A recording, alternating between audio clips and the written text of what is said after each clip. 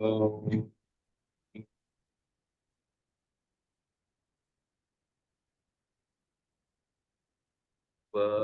स्वः तत्सवितुर्वरेण्यं भर्गो देवस्य धीमहि धियो यो नः प्रचोदयात्।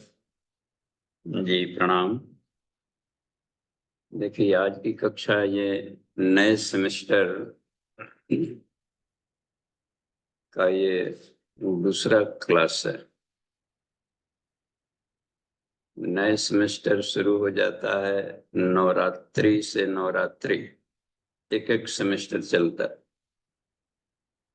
तो सावित्री कुंडलिनी एवं तंत्र महाविज्ञान का ये सेमेस्टर है और उसमें कुल 7 सेमेस्टर रखे गए हैं। तो 7 सेमेस्टर में से 5 सेमेस्टर ये चल रहा है, 5वां चल रहा है। 4 सेमेस्टर थे 6-6 माह वाला एक एक का, और ये 5वां सेमेस्टर है वामाचार। यह है 1 वर्ष का। क्योंकि ऊपर की कक्षाएं थोड़ी जटिल है तो एक एक साल का रखा गया है। 3 सेमेस्टर, 5वां, 6वां और 7वां सेमेस्टर है, एक एक वर्षीय है। तो और उधर के 4 सेमेस्टर थे वेदाचार, वैष्णवाचार, शैवाचार, दक्षिणाचार। क्योंकि वह आदमी साधक के अभ्यास में रहता है इसलिए उसमें अधिक श्रम की जरूरत नहीं पड़ती, जल्दी सिद्ध हो जाता है।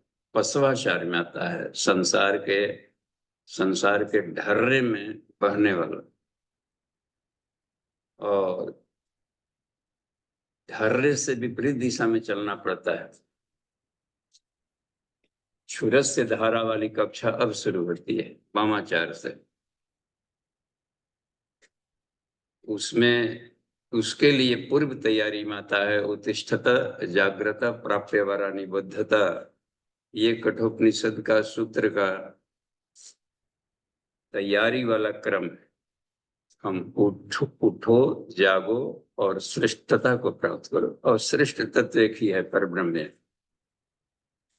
वर्ण करने योग्य सृष्टि में क्या है? तत्सवितुर्वरेण्यं। गायत्री मंत्र कहता है संसार में वर्ण करने योग्य सिर्फ एक ही तत्व है, वह है परमात्मा तत्व।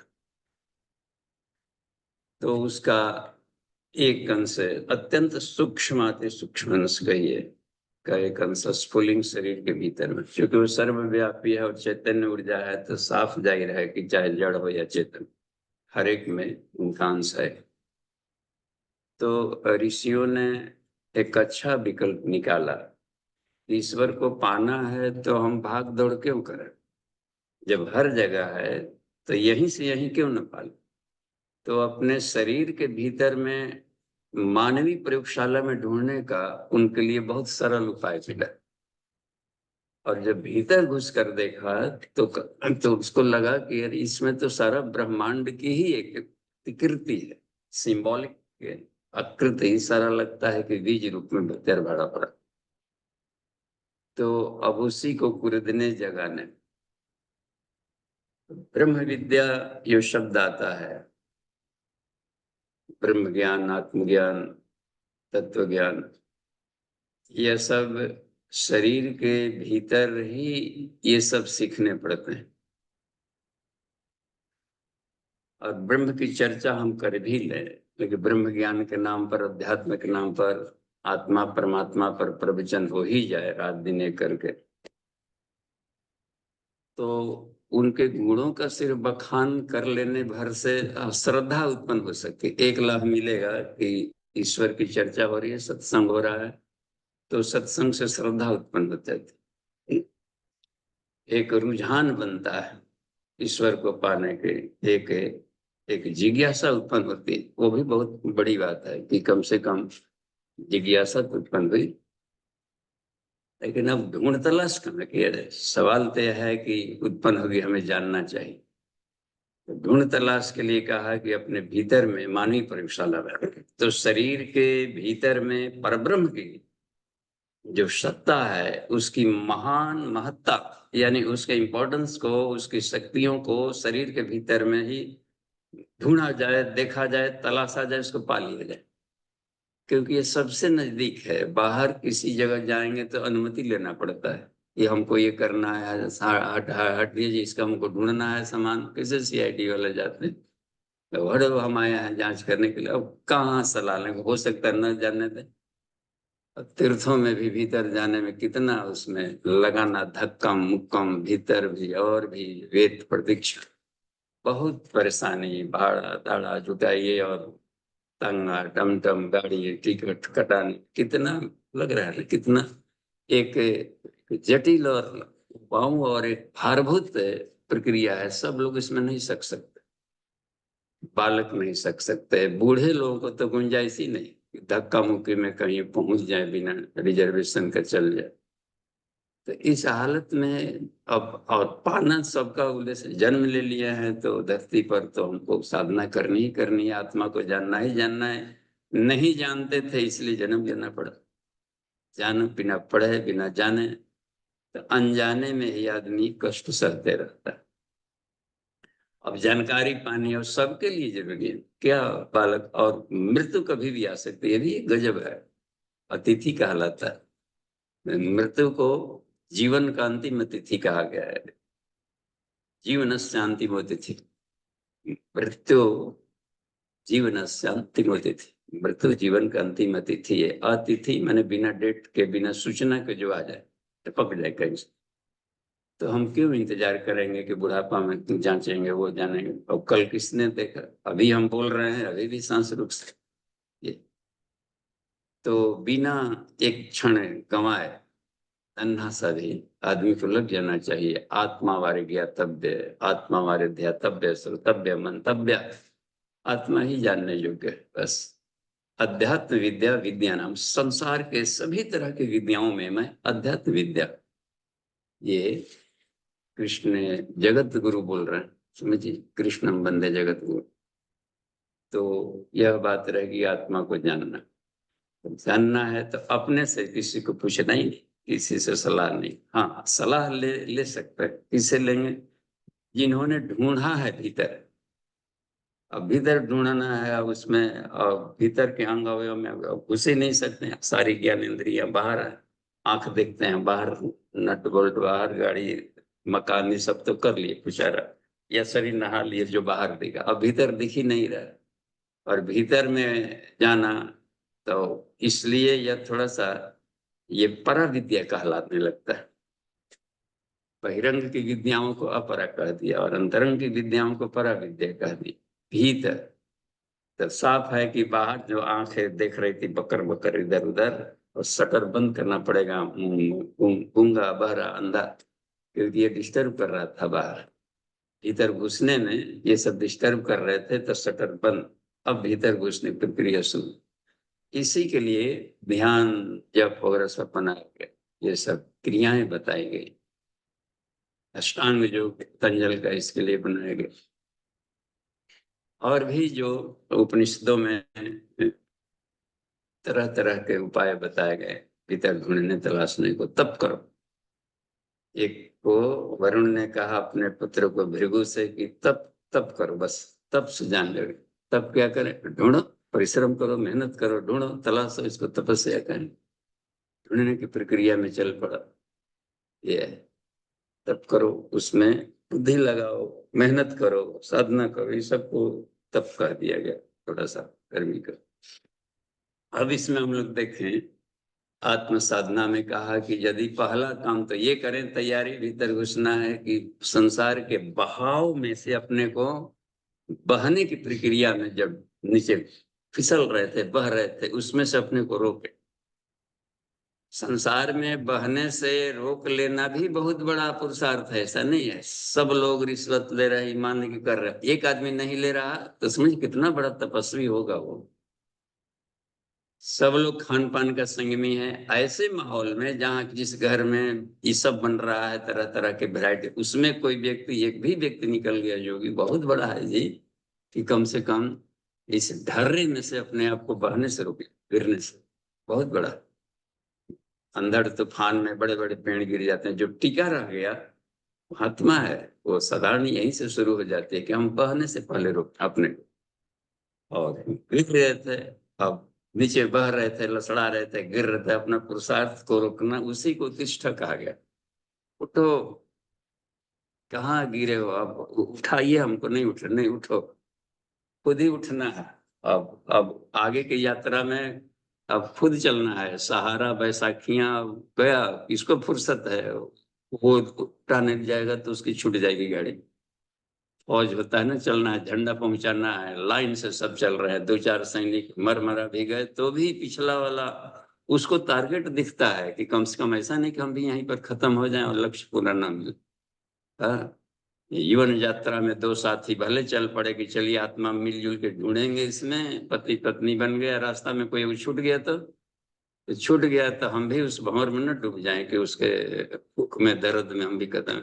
एक तो बचा, दूसरा साथी मिला तो साथ ले लिए, नहीं तो एकाकी यात्रा करें। आत्मा वार ज्ञातव्य, पाना ही पाना है हर हालत में। बस लक्ष्य साफ हो, जीवन में जन्म ही लिया गया है अपने को जानने के लिए, बस मैं क्या हूँ।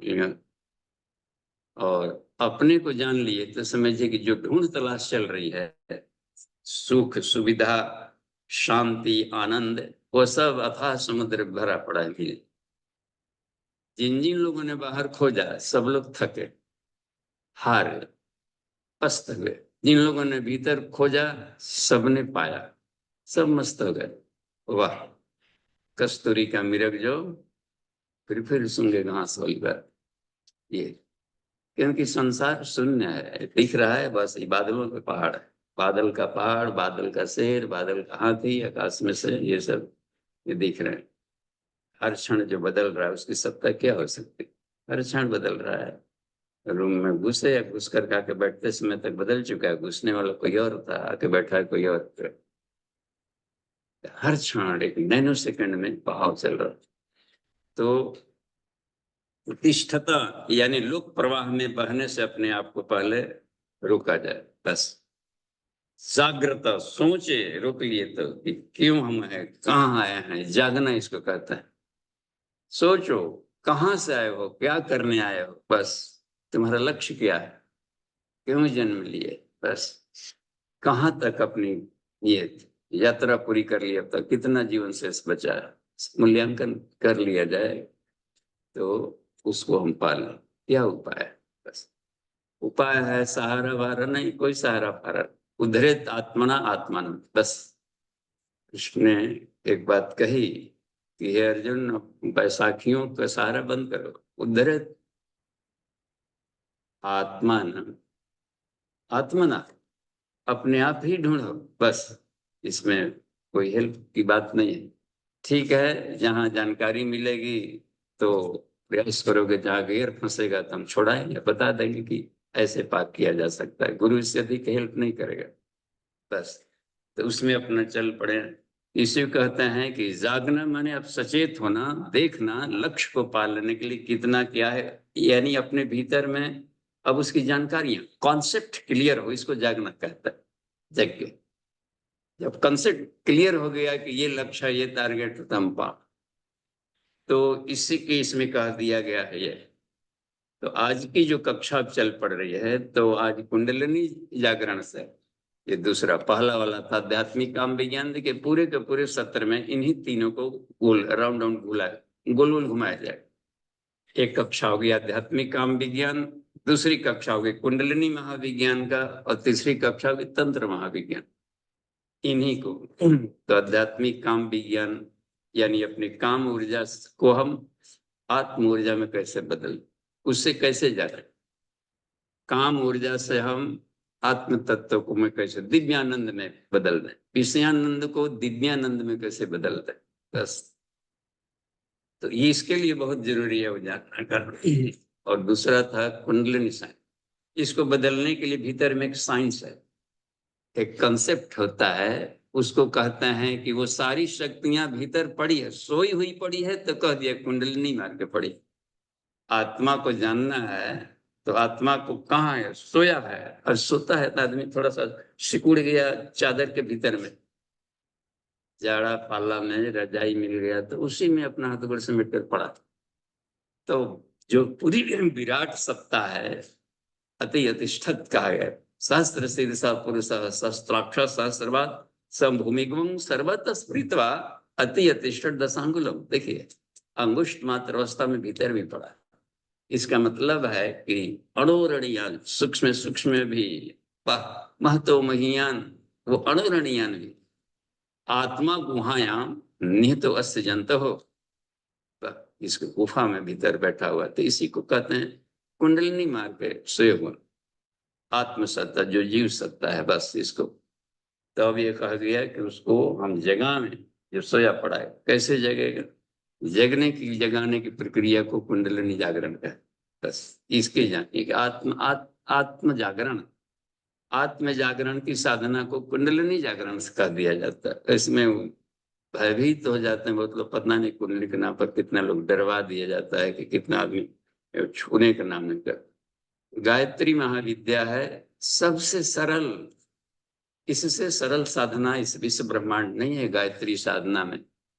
उसमें है, इस एक बात आती है इसमें बताएं, यो योगी शरीर के भीतर में, देखिए कुंडलिनी जागरण करना है तो हम लोग को उपनिषद के शरण में जाने। उपनिषद सत्य है, आत्मा की खोज के लिए इतना बढ़िया है कि विवेकानंद ने कहा कि हर भारतीयों को उपनिषद जरूर पढ़नी चाहिए। और गुरु जी ने भाष्य कर दिया है, आचार्य श्री वेद मूर्ति तपोनिष्ठ महाप्राज्ञ पंडित श्री राम शर्मा आचार्य जी ने, जिन्हें हम लोग स्नेह से प्यार से मुझे गुरुदेव कह देते हैं। तो युग ऋषि, युग के ऋषि, क्या ऋषि युग कर दिया। हाँ, पहले भी था ये ज्ञान विज्ञान भरा पड़ा था, युग ऋषि क्या का इसमें जोड़ दिया। युग ऋषि इसलिए जोड़ दिया गया कि उस कुंडलिनी साइंस को, उस अध्यात्म विद्या को, आत्मविद्या को युग के अनुसार परिभाषित करना।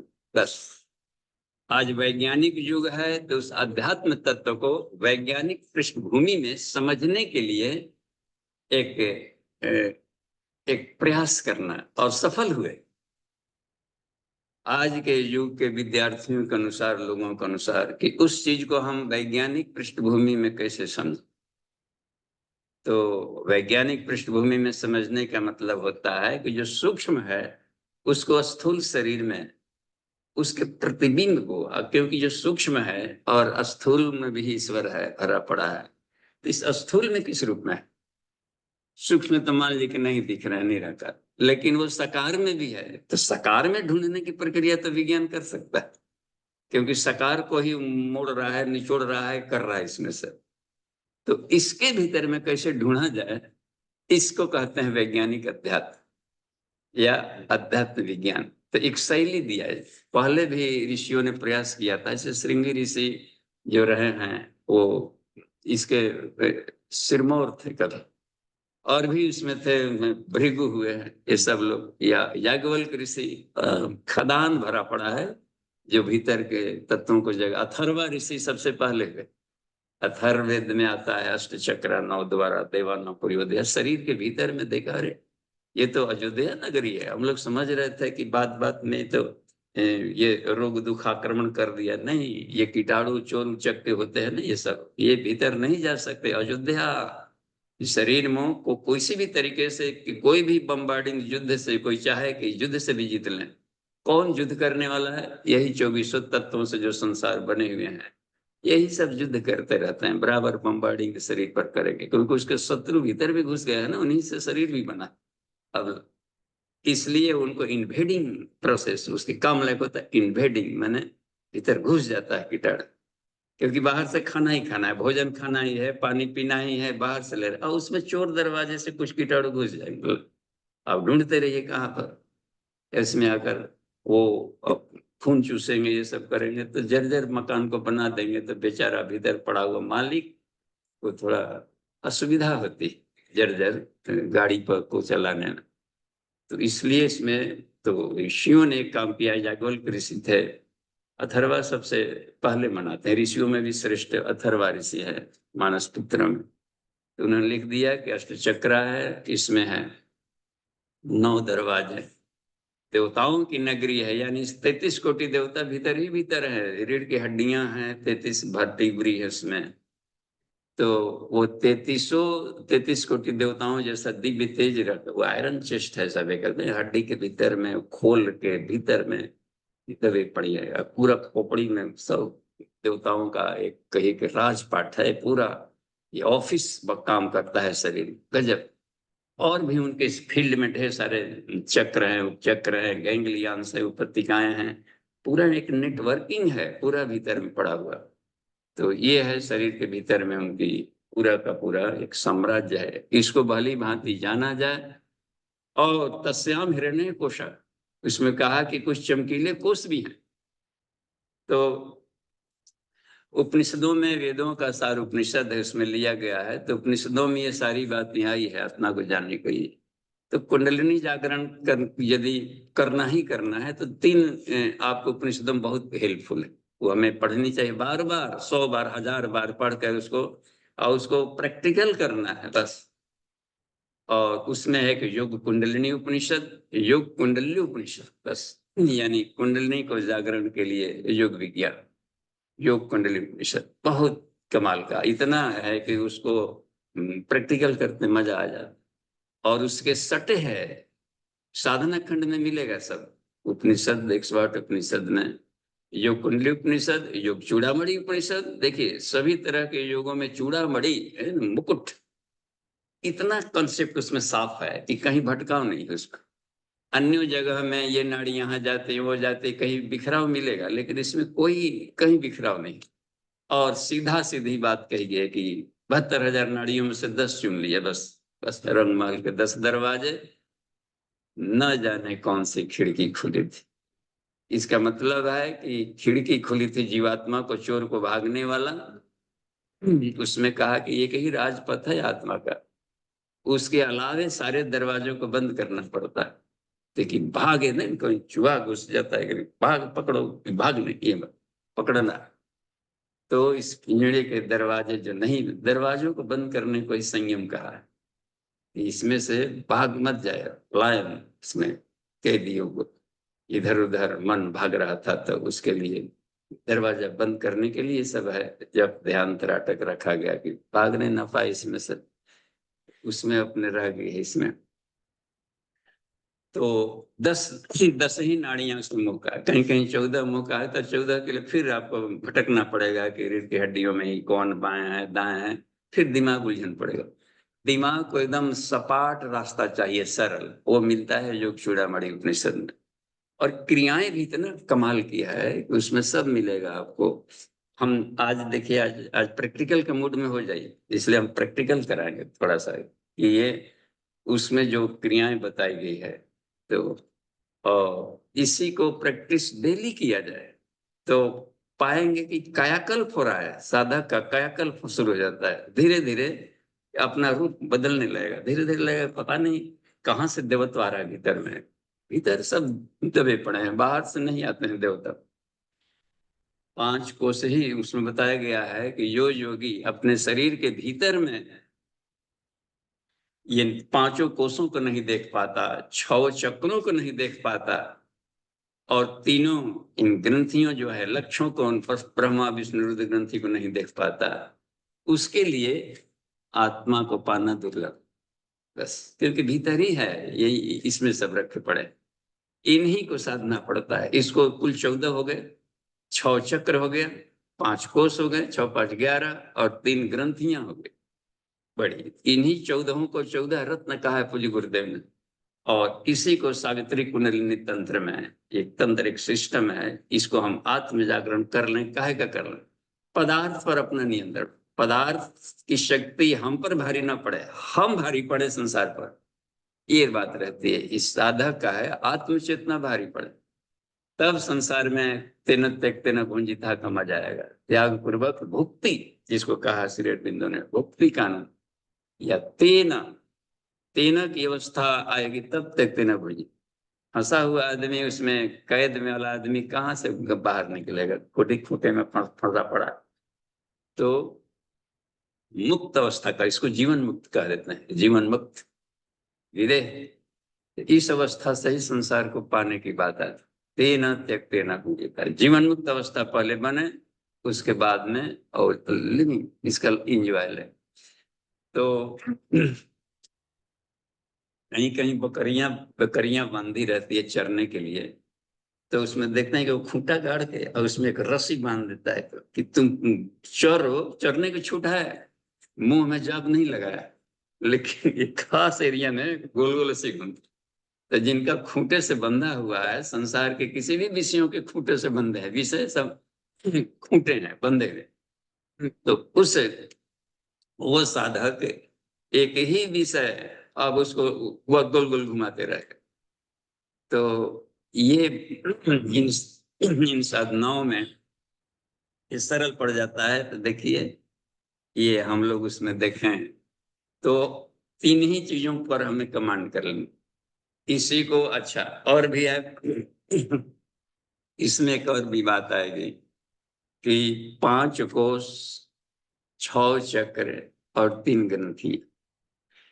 स्थूल सूक्ष्म कारण इसको कहा गया। स्थूल शरीर में ये सब आ जाते हैं, जो चक्रों की स्थिति आती है, 5 कोष सूक्ष्म में होते हैं। इसमें जो चूड़ामणि में इसमें इस बात को इसमें रखा गया है, 5 कोष को 5 आकाश कह दिया। 5 आकाश, आकाश का मतलब कि पांचों को सूक्ष्म, सूक्ष्म आकाश से भी सूक्ष्म है, प्लाज्मिक से वो भी नहीं देख, अन्न में कुछ भी सूक्ष्म और प्राण में कुछ भी सूक्ष्म है, तो इसको आकाश कह दिया है ये सब। तो 5 आकाशों को देखना, 3 लक्ष्य को भी देख लेना, और खट चक्रों को देखना, और उस पर जगाना, उसको विजय पाना, तो वो आ जाएगी बात। जैसे मान लीजिए कि इसमें तो इन्हीं के लिए तो पहले गायत्री की महाविज्ञान में, गायत्री महाविज्ञान में सब है। गायत्री महाविज्ञान पूज्य गुरुदेव ने जो लिखा, वो समझिए कि धरती के लिए अमृत, बस अमृत 2000 ग्रंथों का निचोड़ है वो।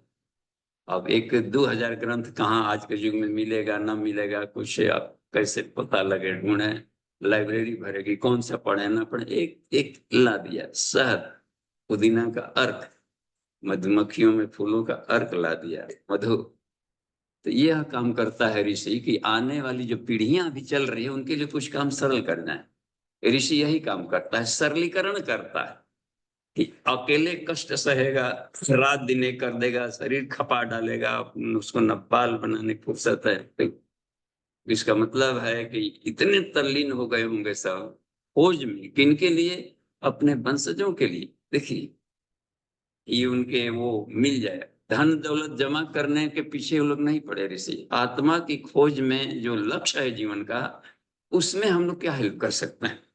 वो तो हाथ पांव है, कमा करके जी जा लेगा, कहीं भी है पेड़ पौधे हैं, घास फूस है, खा पी करके आदमी जी लेगा, फल फूल लगा, इसमें कोई बहुत बड़ी नहीं है। एक बिता का पेट भरने के लिए है तौबा मचाना जीवन भर, पेट भरने की व्यवस्था बन गई तो सारा सारा शरीर झोंक देना चाहिए अपने आप को जानने पर। तो इसके लिए फॉर्मूला दे, और वही उपनिषद में सब है। तो इसमें अब हम लोग देखेंगे कि साधना क्रम में क्या कुछ करनी है। तो हम चाहेंगे कि प्रैक्टिकल कराते जाएं और साथ में चर्चा है। केवल जानकारियां, अच्छा थोड़ी सी जानकारी हम लोग ले लें, पहले के अनेकों क्लासेज हो चुके हैं जो कुंडलिनी पर, और फिर चूंकि ये कुंडलिनी पर, तो सावित्री कुंडलिनी तंत्र का 6वां अध्याय लेंगे इस सेमेस्टर। इस जो सेमेस्टर है अगले 6 महीने का, तो इसमें लिया जाएगा 5वें तक का खत्म, एक एक चैप्टर को, अध्याय 4 से लेकर के और 8 तक, 4 5 6 7 8, इसी में चौथा है आध्यात्मिक काम विज्ञान है, और 5वां 6वां 7वां ये सब है कुंडलिनी महाविज्ञान। समझिए कितना उसका भास्ट है। बस इसलिए थोड़ी ही जानकारी में से नहीं कि जान लिया भाई जान लिया भाई जान लिया, नहीं, जब तक से उस पर अपनी, तब तक उसके साथ दोस्ती करती रहनी पड़ेगी जब से उसके हम लाभ ले रहे हैं। लाभ उसको अधिक से अधिक लिया जाए। पुरुषार्थ शून्य नाम की स्थिति जब आएगी तब तक लाभ लिया जाता है। अभी उससे हमको लाभ मिल रहा है तो लाभ लें। और इसमें एक बात हम और ध्यान दें कि तंत्र महाविज्ञान की जो क्रम है, तो 8वां है तंत्र महाविज्ञान। इसमें से ऐसे अलग भी 2 तंत्र महाविज्ञान के जो वॉल्यूमिनस जो बुक है वो अलग है, 500-500 पेज का एक एक है। उसमें से कुछ छान करके और जो सरल सरल था उसको ले आए बुद्ध, और सावित्री कुंडलिनी तंत्र में एक चैप्टर लगा दी कि इतना भी काफी। इसमें जो तंत्र महाविज्ञान में जो लाते कहा कि इतना भी जानकारी ले लें तो तंत्र का, जैसे मान लीजिए कि स्पेशलिस्ट ना हो तो एमबीबीएस कर ली तो वो भी हो गया। बाद में एमएस एमडी किए तो उनकी फैकल्टी कुछ अलग हो गई, स्पेशल लोग कुछ भी, लेकिन एक जनरल सामान्य जानकारी भर की बात आ गई। तो तंत्र महाविज्ञान में हमने देखा कि जो रखा गया इसमें वो भी कम नहीं है, काफी कुछ है।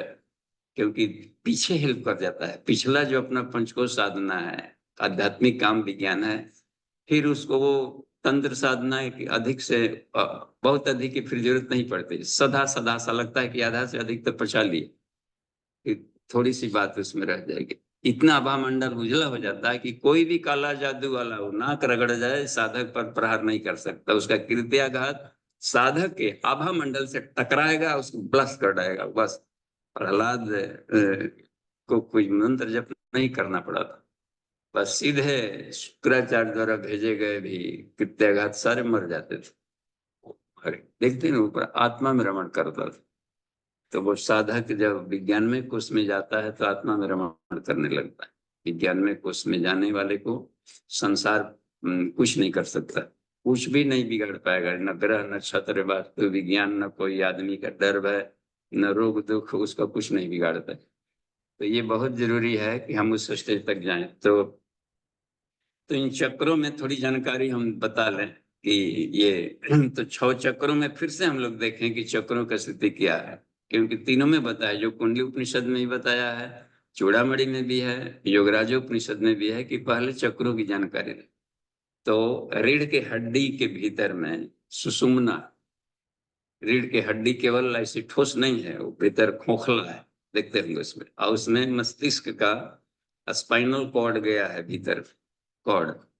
ये कशेरुक थोड़ा सा अलग अलग है, डिस्क उसमें लचीला हो, शरीर को लचीला उठना बैठना इसमें थोड़ा हेल्प भी करे तो टूटे मत।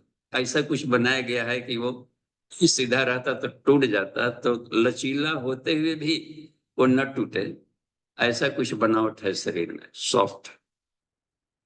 उसी के भीतर में प्राण दौड़ता है, ईड़ा पिंगला सुषुम्ना का फॉर्मेशन उसी में हो जाता है।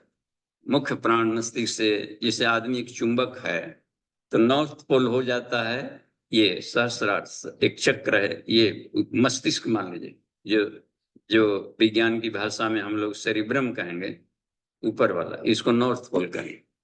और रीढ़ के हड्डी का निचला वाला जो ट्रंक है, धड़, तो यहाँ से सब गया तार सब निकल करके एक घोड़े के पूंछ की तरह बना लेता है। काडा एक्वाइना उसका भी नाम दे दिया है, क्वाइना, तो पूंछ बना देता है। तो वो सारे इकट्ठे हो जाते हैं मूलाधार के आसपास एरिया नीचे, जहाँ हम लोग बैठे हैं पालथी मार करके, तो निचले हिस्से में सब हैं। यहीं से कुछ तारे, चूंकि अपना राजपाट है, अंगूठे तक तो उतार जाएगा ही, इलाका रोड नहर सब जाता ही है पटाने के लिए। तो रीढ़ के हड्डी के भीतर में मुख्य हमें साधना करनी। और भी नीचे वाले पॉइंटों को भी ध्यान दिया है प्रत्याहार करने के क्रम में, उसको भी हम लोग ले लेंगे कभी।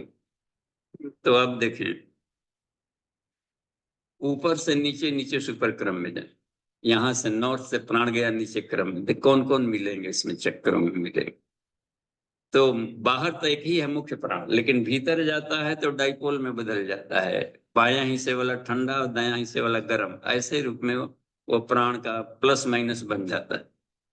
और मिलन बिंदु होता है यहाँ पर, और जहां जहां पर चक्र हैं वहां वहां पर उसके चक्र, चक्र किया इस कैसे समझेंगे, ऐसे समझेंगे यहाँ से मुख्य रीढ़ की हड्डी में से मुख्य धारा करंट का जा रहा है, लेकिन वो विद्युत है, बीच बीच में गांव पड़ रहे हैं, चेहरे वाला हिस्सा पड़ा, तो उसमें बिजली, वहां पर एक नेटवर्किंग का जाल है, प्लेक्सस, उसमें से ढेर सारे चमकीले तार निकलकर, जिसका स्नायु तंत्र है, तंत्रिका तंत्र इसको बोलता है हिंदी में, या क्रिमिनल नर्व्स जो बोलेंगे, यहाँ से निकला वहां, वो तार निकल करके, और ढेर सारे अंगों में जितनी कोशिकाएं हैं, हर कोशिकाओं में उसकी पहुंच है, तो साफ है कि वहां पर एक जाल बनाया होगा। तो उन्हीं में से एक क्वाइल जैसा बन गया है, तो उसमें जब प्राण दौड़ता है तो वहां पर एक चक्रवात बन जाता है, बिजली। बड़ी नहर में से पटवन के लिए जो जहां जहां गांव पड़ते हैं, तो छोटी नहर, माइनर कैनाल लगाया जाता है, पाइप दे देते हैं, वहां पर एक चक्रवात बन जाता है, वहीं पर एक प्राणों का एक भंवर बन जाता है, अलग अलग एरिया में, क्रेनियल मस्तिष्क वाला एरिया में, तो बीच में एक बन जाता है। तो इसलिए 2 चक्र इसमें आ गए, 7 चक्र में, या आप 1 चक्र माने, 6 चक्र मानेंगे तो पूरे को मान करके बीच में मानिए, रेटिकुलर एक्टिवेटिंग सिस्टम उसको कह दिया जाता है। ठीक है। गले वाले हिस्से एक पड़ा है यहाँ से, अब देखिए यहाँ से तत्व शुरू हो गया, तत्वों का प्रतिनिधित्व करने वाला आकाश, आकाश तत्व का प्रतिनिधित्व करता है। गले में भी ढेर सारे तार मिल करके इकट्ठा हो गए हैं, जाल बना दिए हैं, पर जिसको हम लोग कॉक्सिजियल, इसको क्या बोलेंगे, हाँ, सर्वाइकल, सर्विक्स माने गर्दन, तो सर्वाइकल प्लेक्सस कर देते हैं, जाल नेटवर्क, गर्दन, 7 हड्डियां हैं, निकली हुई तार यहाँ भी। तो ये जो यहाँ पर देखिए, ब्रेन में केवल चक्र के साथ में एक और बात देखते हैं बनावट में, कुछ हार्मोनल ग्रंथियां हैं, और ये नाड़ियों का 2 जाल, 2 सिस्टम पूरे शरीर को चला रहा है। एक को इंडोक्राइन सिस्टम कहते हैं, जिसको हार्मोनल सिस्टम भी कहा गया, और दूसरा है नर्वस सिस्टम, तंत्रिका तंतु के माध्यम से जाने वाला, विचार दौड़ता है एक जगह से, उसके शरीर पर कमांड करने वाली रेगुलेटर। मस्तिष्क में पिनियल और पिट्यूटरी, पिनियल और पिट्यूटरी 2 हार्मोन्स आते हैं मस्तिष्क वाले रीजन में, बहुत तरह के रसायन निकालते हैं, और उस रसायन को आदमी चाहे तो मेडिटेशन से, यौगिक क्रियाओं से इच्छा अनुसार निकाल सकता है। कम पड़ा तो उसको बैलेंस कर लिया, अधिक निकल रहा तो थोड़ा सा दबा दिया, उसमें भी होता है, इनहिबिटरी भी होते हैं कुछ, जा करके गाबा जैसे है, थोड़ा सा उसको अवसाद बढ़ गया तो उसको क्या है, अवसाद को घटा दें। तो कुछ ऐसा भी रसायन है जो कि टेंशन, तनाव आ गया, खींच बेचैन, उसको घटा दी। देख, तो कौन सा प्राणायाम करें, कौन सा यौगिक क्रिया करें कि उसको घटा दे, तो घट गया है तो फिर उसको बढ़ा दे। तो ये एक बड़े गजब का है, प्राणायाम वगैरह का तकनीक थोड़ी सी आदमी जानकारी रख ले तो ये आसान हो जाता है अपने मूड को कंट्रोल करना। गले वाले रीजन में भी थायराइड, पैराथायराइड है यहाँ पर, कुछ घाटे के पास में, और भीतर में प्राण का प्रवाह हुआ तो उस बिजली को से ये उसका आदेश मान लेता है, दोनों में बढ़िया सुर ताल रहता है, चक्रों में और हार्मोनल सिस्टम में इतना बढ़िया। एक एक रीढ़ की हड्डी के भीतर है और रीढ़ की हड्डी के सटे बाहर, देखते हैं, लगता है ना कि आप बाहर का संभालिएगा, हम भीतर में से आपको बिजली की कमी नहीं होने देंगे।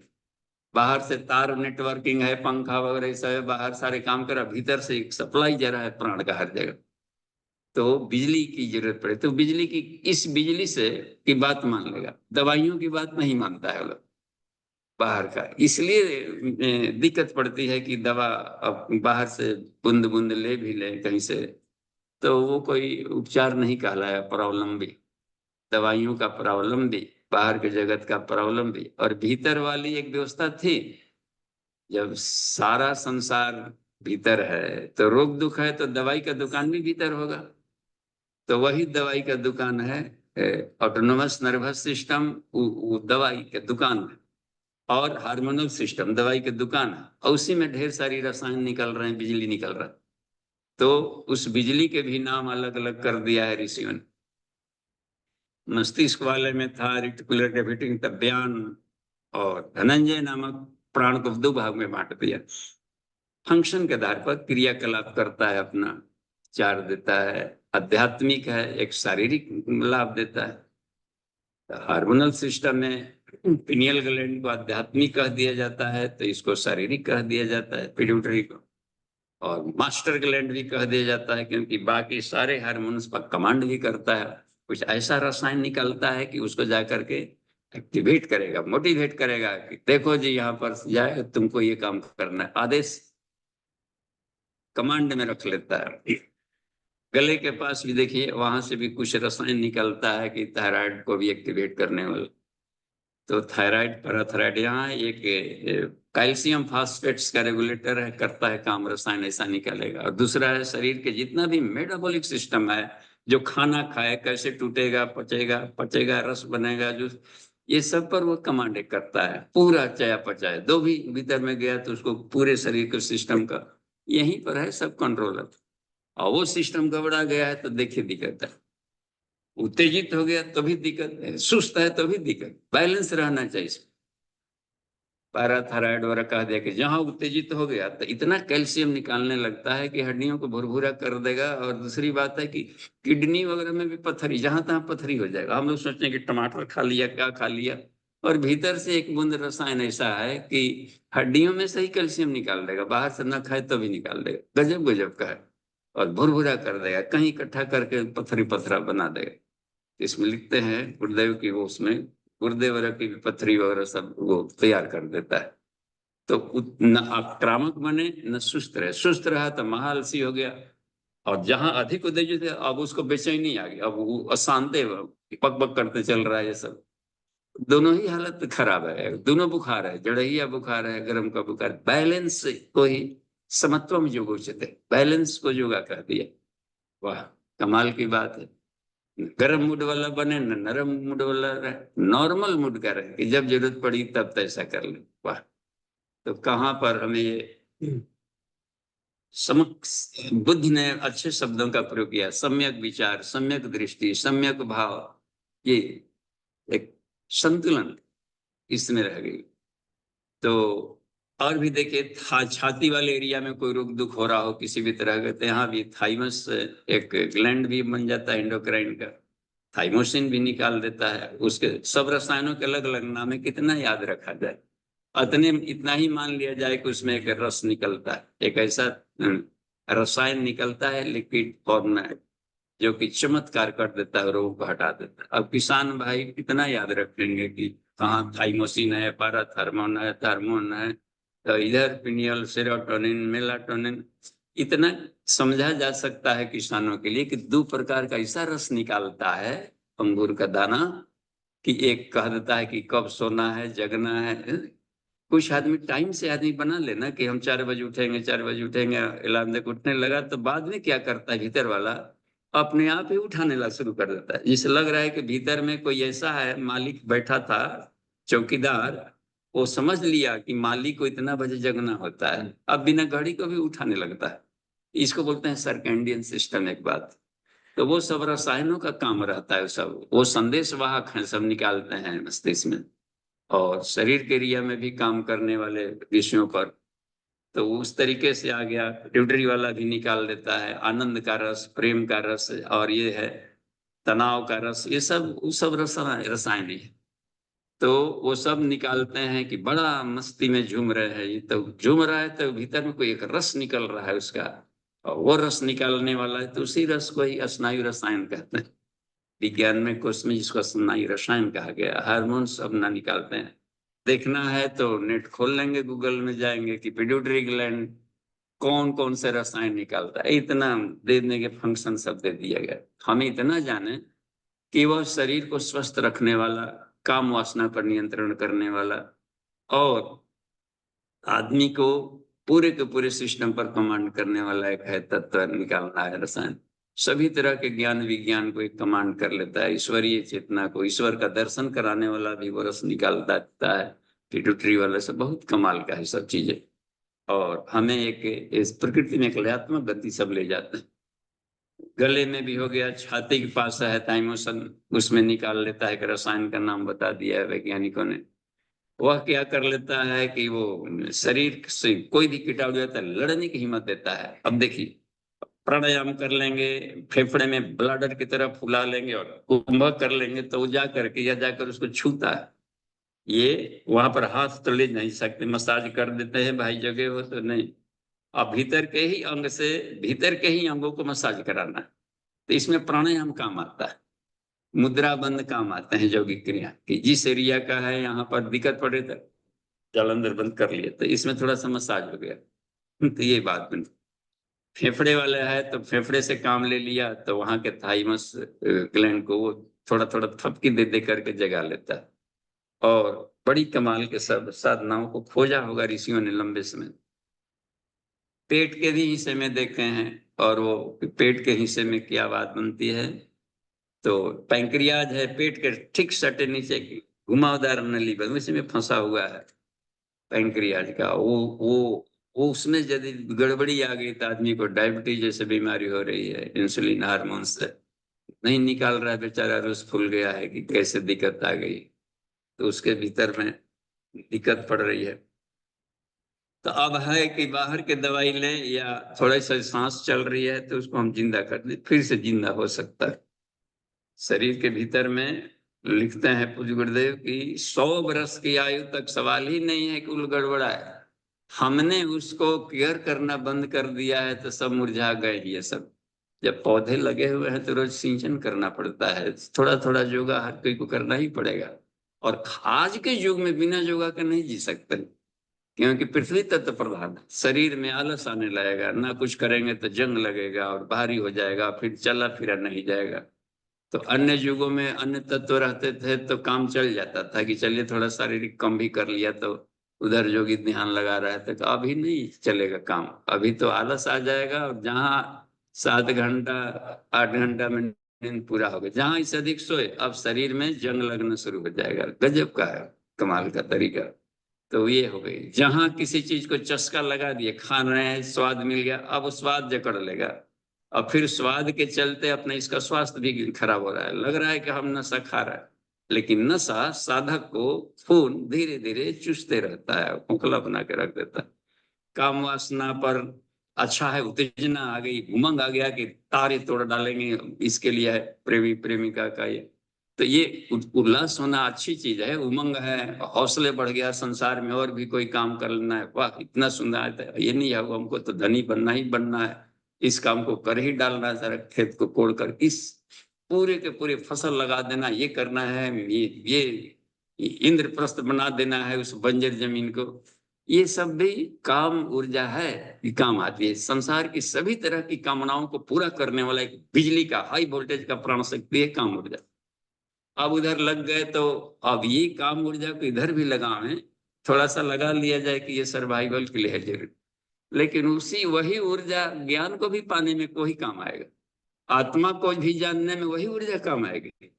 तो उसको थोड़ा सा उधर पूरा का पूरा इधर ही खर्च न कर दें, कुछ बचा लिया जाए।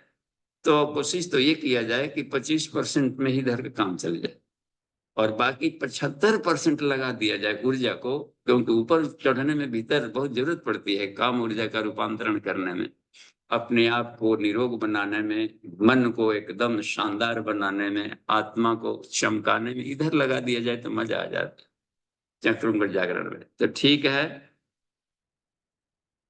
हाँ तो सब, चलिए अब थोड़ा प्रैक्टिकल करा लें। नीचे होता है नाभि में पैंक्रियाज है, एड्रिनल है और गोनेड्स है।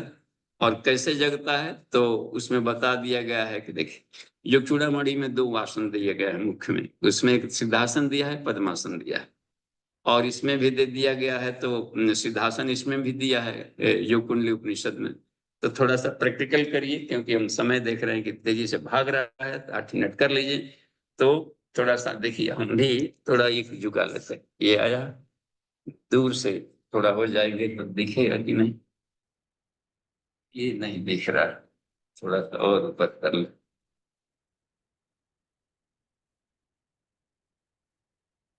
हाँ ये कुछ ठीक है। चलिए अपने अपने रीढ़ की हड्डियों को ट्विस्ट कर लीजिए, ये करने का, श्वास खींचते हुए सीधा आए वर्टिकल, और श्वास छोड़ते हुए उधर जाएंगे, मैक्सिमम पर जाकर थोड़ा सा दबाव दें।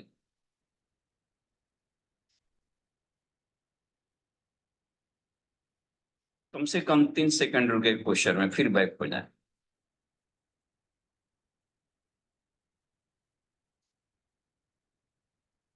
बहुत जरूरी हो जाता है। कंधों को भी घुमा लें, गर्दन को भी घुमा करके देख लें कि ये हो गया, और पैरों को सब ठीक ठाक कर लें, शरीर को थोड़ा सा रिलैक्स कर लिया जाता है बस। आइए एक आध प्राणायाम कर लें। तो इसमें जो कुंडली उपनिषद में 4 प्राणायाम बताया गया है ये कुंडलिनी जागरण के लिए। एक तो है कि नाड़ी शोधन है, एक नाड़ी शोधन, सूर्य भेदन, उज्जाई प्राणायाम और भस्त्रिका, ये सब कुंडलिनी जागरण में मदद करते हैं। तो नाड़ी शोधन को हम लोग जो पहले से करते रहे हैं उनके लिए है कि अब कंबाइंड करना है, समय की बचत करना है, तो नाड़ी शोधन को भी भस्त्रिका स्टाइल में करना। हाँ, तो 9 टाइम इसे लेंगे, छोड़ेंगे। देखिए भस्त्रिका में खींचना होता है, छोड़ना होता है, केवल छोड़ना नहीं, खींचना भी है, छोड़ना भी। गहरा खींचे, गहरा छोड़े, घर्षण की प्रक्रिया करें तो ईड़ा चालन होगा इसमें।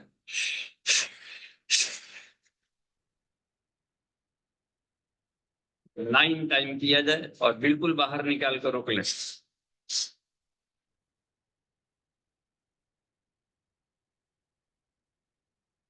बाहर जब बाह्य कुंभक में हो तो तीनों बंद को भी लगाइए।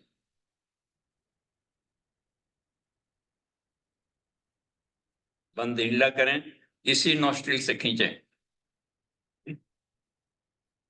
फिर रोक लें।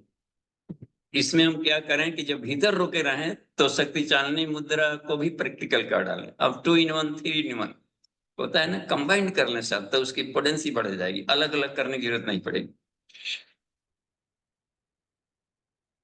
शक्ति चालनी मुद्रा होता है कि अपान वायु को ऊपर की तरफ खींच लेना और प्राण को भी उसमें मिलाना, या मिनली है कि मूलाधार और स्वादिष्ठान उन दोनों की नाड़ियों को आपस में सटाने की कोशिश करें, कॉन्ट्रैक्ट करके और रिलैक्स करके।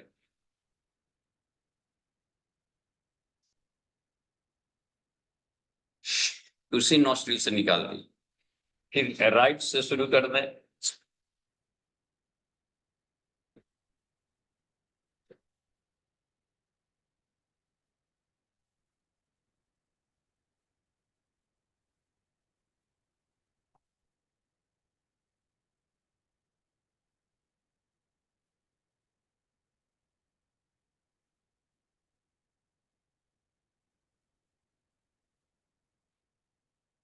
अच्छा, जब भीतर भीतर श्वास भर करके और जब शक्ति चालनी कर रहे थे तो उस समय मौन में कुछ ना कुछ सोचना है।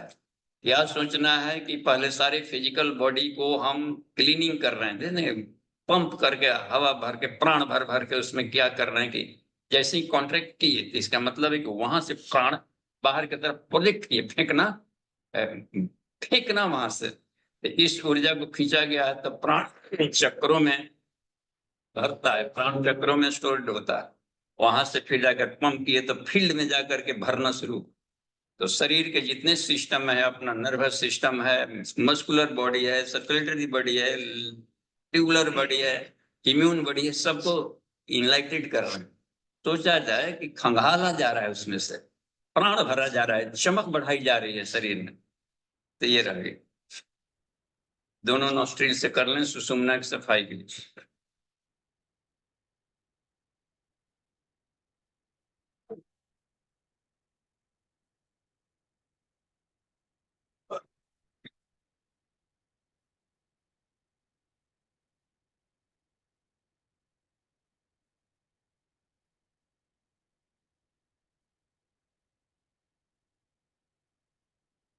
मुंह से निकाल देना, ये हुआ कि नाड़ी शोधन प्रक्रिया गई।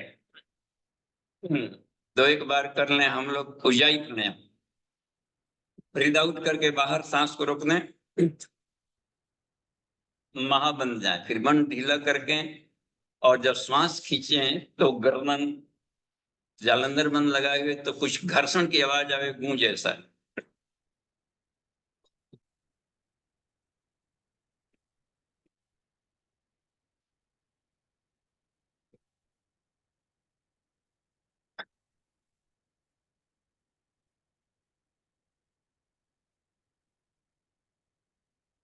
निकालने की प्रक्रिया हमेशा लेफ्ट से हो।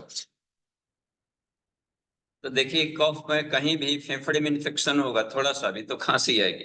तो खांसी आवे तो हानि नहीं है, खांसी आ रहा है तो खांस ले बढ़िया से, अगली बार फिर करेंगे तो थोड़ा सा देर के बाद खांसी आएगी, तो तब तक करें जब तक से कि खांसी आना बंद ना हो जाए। तो समझिए कि विजय मिलते जा रहा है, ऊर्जाई एक एक पार्ट पर अपना विजय हो रहा है। तो ये बहुत जरूरी है कि लंग्स बिल्कुल सब स्वस्थ रहें, फेफड़े स्वस्थ रहेंगे तो प्राण का केंद्र यही है, बस यहाँ यहीं से प्राण पूरे लिवर में पूरे होल बॉडी में जाएगा। प्राण भले उसका मस्तिष्क से लेकर के यहाँ तक है, लेकिन उसका स्टोरेज प्राण का कहा कि ये केंद्र है और अपान का केंद्र नीचे वाला पार्ट होता है इसमें का। दोनों आपस में मिलकर काम कर लेते हैं। एक बार और बुझाई कर लीजिए।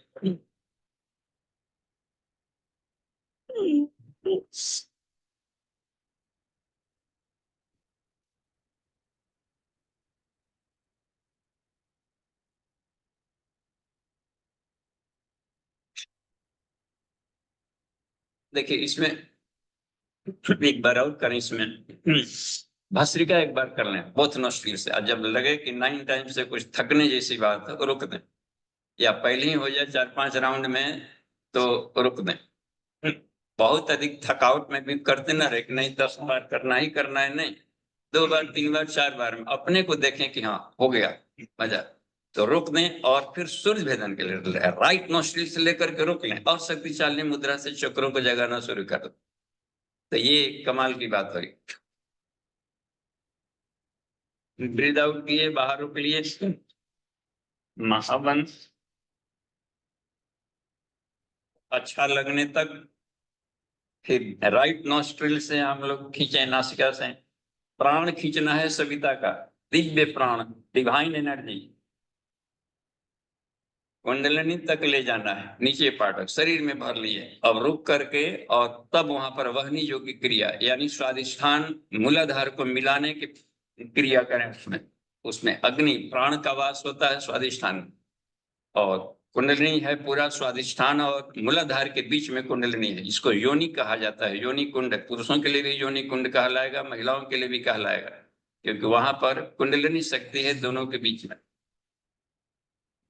कंट्राय गहरा ऊपर खींचे, रोके होल्ड करें छोड़े, खींचे होल्ड करें छोड़े, खींचे होल्ड करें छोड़े, तो सोचा जाए कि अब विद्युत स्पार्किंग हो रहा है जग करके और मूलाधार चक्र जागृत हो रहा है। मूलाधार चक्र जागृत होगा तो वाणी में भी तेज आएगा, अग्नि है ना, अग्नि से वाणी बनता है, वाक शक्ति आएगी, भुजाओं में बल आएगा, पैरों में बल आएगा, गुद्दा भी शक्तिशाली बन जाएगा और जननेंद्रियां भी बहुत मजबूत स्ट्रॉन्ग और निरोग होकर के स्वस्थ बने।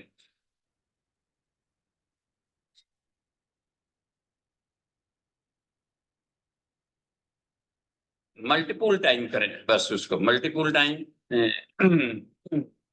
यानी एक ब्रीदिंग के भीतर में होल्डिंग में आप 10-12 बार कर लें, तो और भी जिनकी क्षमता अधिक अधिक करें उसका लाभ है। और ये स्वस्थ बना रहे काहे का, फॉर योर हेल्थ, ईश्वर का काम करेंगे, आत्मा को जानेंगे, संसार सर्ग बनाएंगे। तो कहा गया कि कुंडलिनी की जगी तो मिसयूज नहीं कर रहा, गुड यूज किया।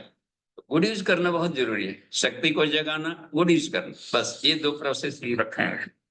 स्वादिष्ठान चक्र के लिए कर लें हम लोग इसी क्रिया को।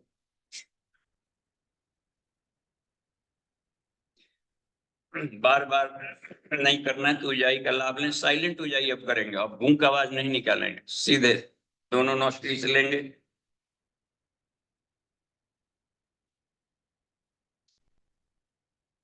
और जिनको सूर्य भेदन में अच्छा लगता हो, जो कोल्ड ब्लडेड हो, जिनको सर्दी वगैरह अधिक आता हो, तो सूर्य भेदन का लाभ ले सकता है।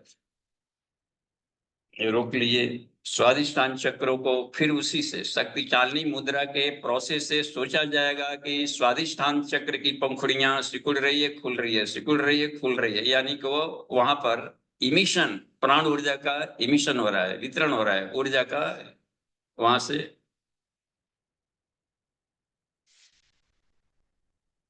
और ये सब लाभ मिलता है, ये मोह है ना, जैसे रूप रस गंध शब्द स्पर्श जो चिपकाव है इसको मोह कहते हैं। वो जगने का मतलब होता है कि चिपकाव का कम होना, और वह चिपकाव ईश्वर से जुड़े, उन चीजों से न जुड़े जिसकी कोई क्षण भंगुरता है, वहां जुड़े जो कि शाश्वतता है, अशब्दम अस्पर्शम अरूपम अव्यम चयत, ये उसके साथ है चिंतन क्रम बनाए रखें। और जितना लिक्विड फॉर्म में बॉडी में है, अपना वीर्य हो गया, रक्त हो गया, और जितने भी व्हाइट मैटर है, या लिम्फेटिक सिस्टम वाला है, या हर बॉडी सेल्स के प्रोटोप्लाज्म, साइटोप्लाज्मिक है, न्यूक्लियोप्लाज्मिक, जितने भी रसायन हैं वो सब शक्तिशाली बन रहे हैं, निरोग बन रहे हैं, हेल्दी। और अपने भीतर में शरीर में रूप रस गंध शब्द स्पर्श की दिव्यता इस शरीर में घुल रही है। शरीर से एक दिव्य गंध है, ब्रह्म कमल की तरह निकल रहा है। शरीर के रूप लावण्य भी बढ़ रहा है। ये सब चक्रों पर ध्यान करते रहे तो लाभ मिलते जाएगा। जागृत मणिपुर चक्र पर करें, मणि की तरह चमकीला आत्म सत्ता को वहां पर हम देखें।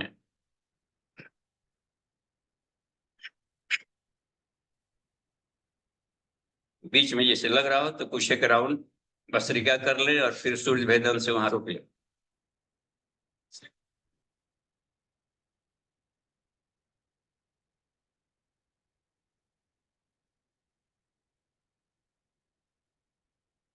मणिपुर चक्र जागृत सोचे, सभी ज्ञान इंद्रियों में भी चमक बने, पांचों कोषों में भी प्राणाग्नि जीवाग्नि से सभी तरह के अग्नियों को यही वितरण करेगा हर जगह में।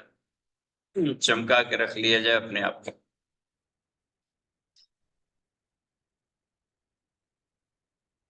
जागृत अनाहत चक्र में हमें अपनी मान्यता को, महातत्व वहां पर होता है। ये न सिर्फ बॉडी सिस्टम में, बाहर भी यूनिवर्स में बहुत दूर दूर तक इनकी सत्ता काम करती है।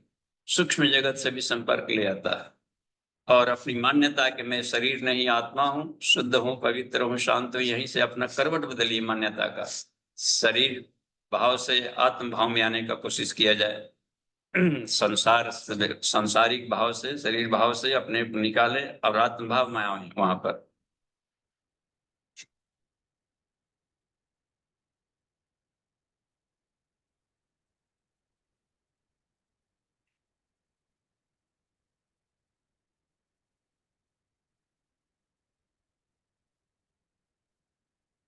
बालाग्र सत भागस्य शतधा, अपनी देखें अत्यंत सूक्ष्माति सूक्ष्म हृदय के, हृदय चक्र में का मुष्ट मात्र एवं पुरुष, वहीं से आत्मा का ध्यान करना। यात्रा शुरू हो गई ऊपर उठने वाली। मैं अद्वितीय हूँ, समस्त शक्तियों से युक्त हूँ, आदि अंत रहित हूँ, शुद्ध हूँ, पवित्र हूँ, शांत हूँ, निर्गुण अवर्णनीय हूँ, चैतन्य ईश्वर अंश महान अविनाशी आत्मा हूँ। इसको पकाने की क्रिया यही सब शुरू कर दिया जाए। और आसपास के जो अंग अवयव है वो तो स्वस्थ है, वही रहे। इसको तो शक्ति चालने से उसको ठीक कर ले। फेफड़ा हो, हार्ट हो, कहीं पर उसमें वाल्व हो, एनजीओ, उसमें कहीं भी लाइफ टाइम का भी इसमें स्प्रिंग वगैरह लगाने की जरूरत नहीं पड़ेगी। एकदम 200 बरस तक तो बढ़िया से काम करता है। हार्ट इतना मजबूत है। विशुद्धि चक्र में आ जाएं और वहां पर इस क्रिया को करें। विशुद्धि चक्र क्या करता है? अपने ज्ञान के द्वारा भावनाओं पर नियंत्रण करता है, और सारे संसार में सभी के हृदयों को छूने का एक भाव रखते हुए भी अपने आप को कोशिश करता है कि अपनी सत्ता को अक्षुण्ण रखे।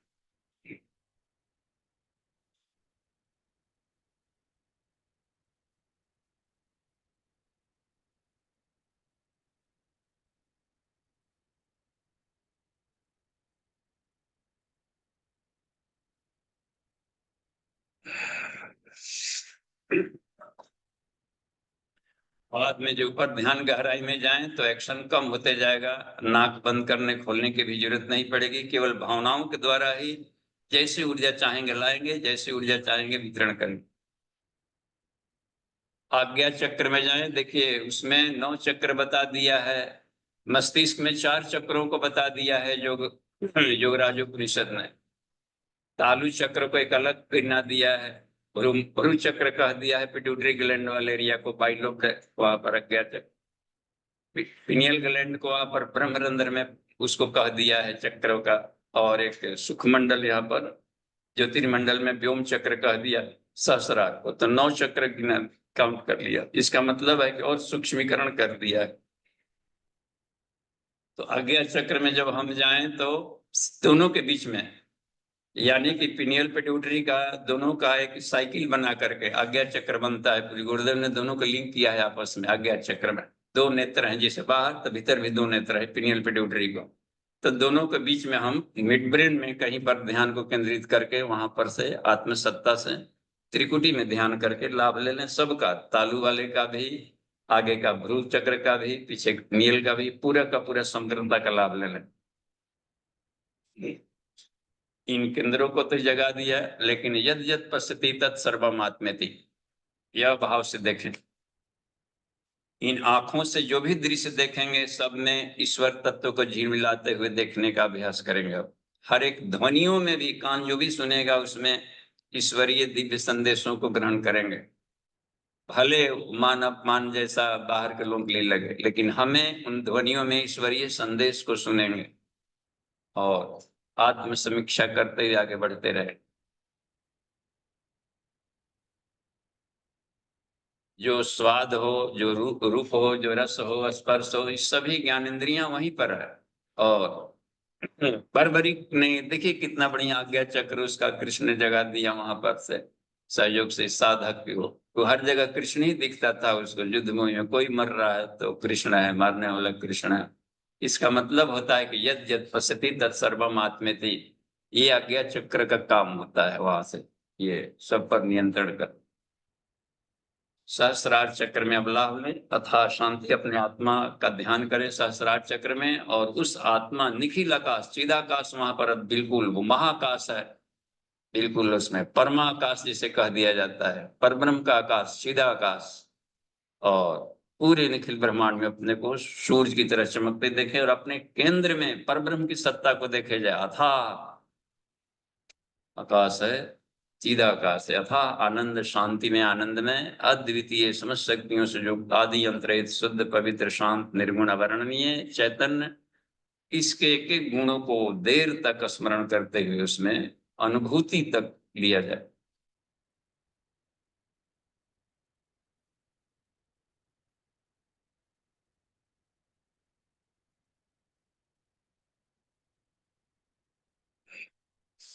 एक बार गहरा सा ओम ध्वनि उच्चारण करें और पांचों बारी को करते हुए पांचों शरीरों में, छह चक्रों में, तीनों ग्रंथियों में ईश्वरीय चेतना का दिव्य तेज भर डालें और अपने को उत्प्रोत माने इस ऊर्जा से।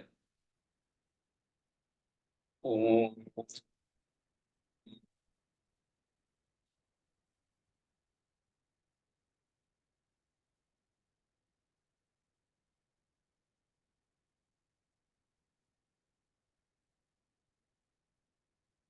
कुछ देर तक इसी को पचाते रहा जाए भीतर में, 1 सेकेंड, फिर धीरे धीरे अपने आप को सहलाते हुए अंग को धीरे धीरे अपने को दिव्य तेज अनुभव करते रहा जाए। इस क्रम को 5 मिनट से लेकर के आधे घंटे तक का हम डेली रूटीन में रख सकते हैं। अत्यंत बिजी लोग हैं तो 5 मिनट करें, और थोड़ा सा अधिक समय मिला तो कम से कम आधा घंटा प्रैक्टिस जरूर हो, आधा घंटा स्टडी किया जाए, रिश्तों का आधा घंटा प्रैक्टिकल किया जाए, तो ये ऊर्ध्वगमन होगा और ऊर्ध्वगमन के चमत्कारी परिणाम आएंगे। आप पाएंगे, साधक पाता है कि कॉन्शसनेस लेवल उसका बढ़ते जा रहा है और अपने आप पर उसका नियंत्रण होते जा रहा है, कर्मेंद्रियों पर, ज्ञानेंद्रियों पर, तन्मात्राओं पर, सब पर उसका नियंत्रण होते जा रहा है। तो ये है कॉन्शस लेवल को बढ़ाते जाना। तो प्रश्नोत्तरी में हम लोग आएंगे, प्रैक्टिकल कराना जरूरी था इसलिए आपका टाइम ले लिए, तो ठीक है, धन्यवाद नितिन जी। प्रश्नोत्तरी में आए।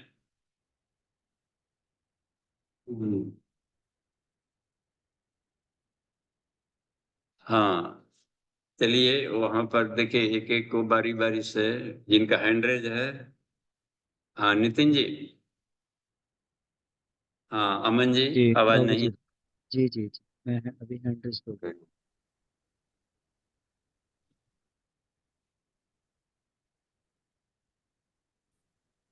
प्रणाम बाबू जी।